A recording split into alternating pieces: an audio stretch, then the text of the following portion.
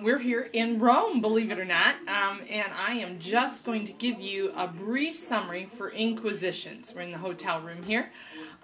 You did a nice job understanding the whole thing of heresy and what that meant, and why it was a real threat to Christianity. Also, just to kind of clarify that, remember, when we talk about Christianity being the kind of the major religion at this time, but remember, the Muslim faith was still in the areas, obviously not in some of the areas that we're talking about, but when we talk about there's only one church or one religion, we have to remember that that's not really true. There were other religions around, so that's why the Albigensians or the Cathars were kind of, and you understood, a real threat to Christianity, because they kept claiming this was the tenets of Christianity. Now, if they wanted to go off and start another religion somewhere, that would have been fine. But to stay within, try to stay within the church and say this is what it really was all about, the church needed to address that and say, no, this isn't what it's really all about. And that still occurs today, obviously not with inquisitions. And I'm glad you picked up on all that, you know, only 5% were actually punished in any way. There were more trials than people that were punished. And you're right, the Inquisition, probably in the sense of how it came to be, how it was handled, probably wasn't the best. But remember, we've got to think about those times, in those times, what they knew about justice, how they approached justice, those kinds of things. But even today, churches struggle with trying to, you know, continue to put forth correct teaching. And I shouldn't say they really struggle, but and again, I'm going to make reference to the Catholic Church. Excuse me, but the Catholic Church, there are lots of people that do writing on and say, you know, this is something that is an expression of Christianity.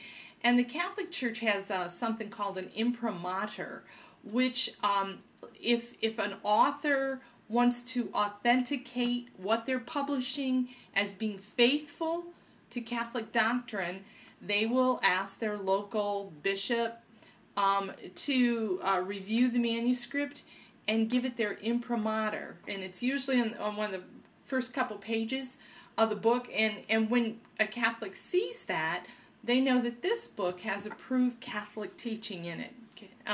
Now, that doesn't mean just because it doesn't have an imprimatur, it's not correct teaching, because not every author asks for it. You can just publish a book and it may be fine, it may be correct.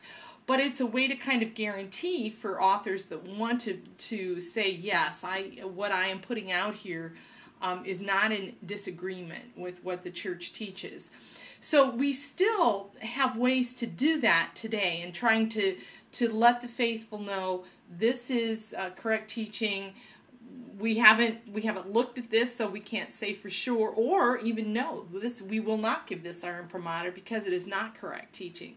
So those kinds of things still go on today. Obviously not in the way of the Inquisition, but it is needed that the church continues to clarify that Christian churches, any church, religion, continues to clarify these are our beliefs. Because it's very confusing to the faithful of a religion if you're hearing 10 different things that contradict one another, and yet they're all saying, well, we're all Christian. And you're saying, well, wait a minute, how can that be? Or they're all, oh, we're Catholic. Well, how can that be? Because what you say here is not what you say over here. So that idea of false teaching is still around today, and is certainly something that religions need to deal with. And they usually do it within leadership. I have friends in the Evangelical Lutheran Church that they just had a synod where they got together and discussed some major issues.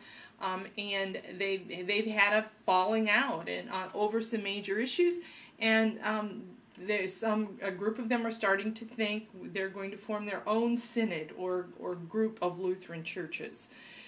So you see this stuff happening all the time. The last thing I want to talk about was it successful? Were the Inquisition successful? you made some great points as to I guess when I talk about successful from my stance, it was successful if it did what it set out to do. And so looking back, we could say, obviously the Albigensian or Cathars, their teachings did not infiltrate Christianity. So in that regards, it was successful. But I certainly agree with a number of the other ways that you kind of interpreted it or understood successful. You had some good insights there. So the other thing I wanted to point out for you is you'll notice on the left-hand side of this Module 4, it says Rome visit. I just wanted to put that on because it's not obviously every day I get to Rome. In fact, this is my first time. It could be my last, but it's my first time. So I'm taking some videos at St. Peter's, different things that we've talked about, and I'm going to put them in that spot, maybe with some little comments about what I'm seeing. If you want to look at them, fine. If you want to pass them up, that's fine too. But I just wanted you to have that ability.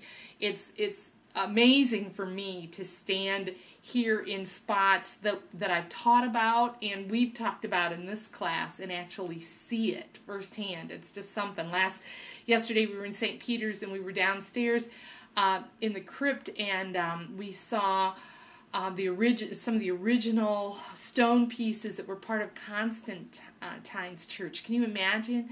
Back in the 300s. It's just amazing, the history here. So I'll be including when I can, taking videos where I can, and putting them in some still shots too. Jim's taking some photos, and I'm on the flip video taking some videos. So we'll drop them in, and again, if you want to watch them, that's great.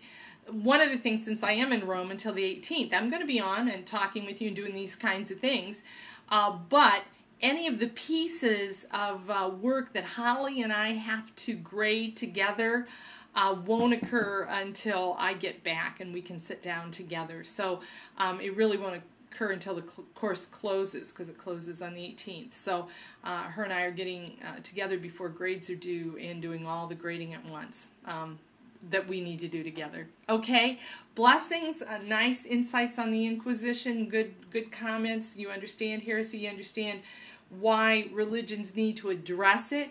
It's the issue of how they address it. Okay, blessings.